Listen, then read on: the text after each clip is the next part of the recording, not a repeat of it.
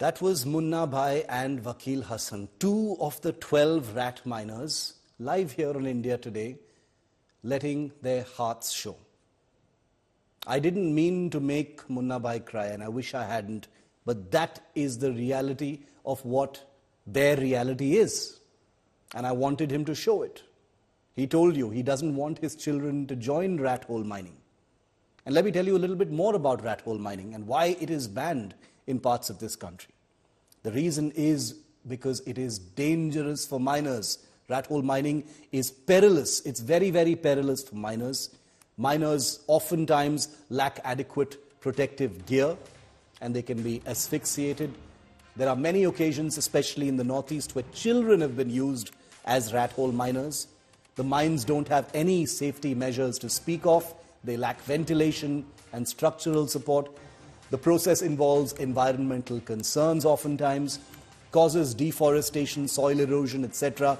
There are a huge number of cases reported where casualties have taken place, deaths. The National Green Tribunal has banned the practice in 2014 in Meghalaya. I want to bring in our legal head, Nalini Sharma, for more on this story. Nalini, you know, we've just had a very, very emotional interaction with two rat hole miners, who let their hearts show. They were called in to do something that machines had failed to do.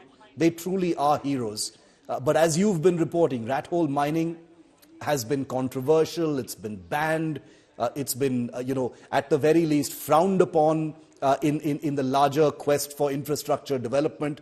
Where do things stand right now, and what would be the fate of rat hole miners like Munna and Wakil after this tunnel rescue is over?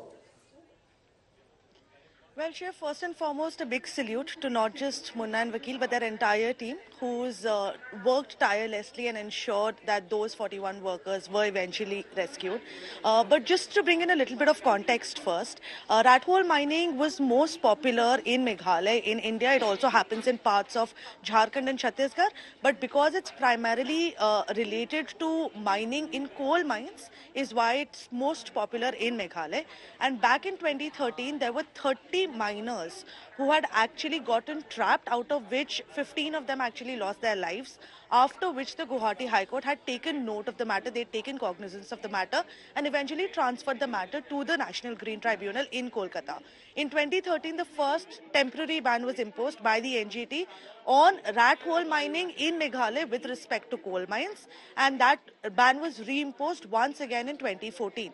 And what the NGT had said at that time was that rat hole mining was unscientific, it was unregulated, and that is why it was necessary to ensure that, especially where all of this illegal mining is going on, rat hole mining is absolutely not permitted. But just last week, there was a report filed by the court-appointed committee saying that rat hole mining is still very much prevalent in Meghalaya. It's still happening. Of course, it's got nothing to do with what happened in Uttarkashi, but it's important to understand the context. And just last week, they had submitted a report saying illegal rat hole mining is still happening in Meghalaya. And keeping that in mind, the hearing before the NGT is going to be tomorrow.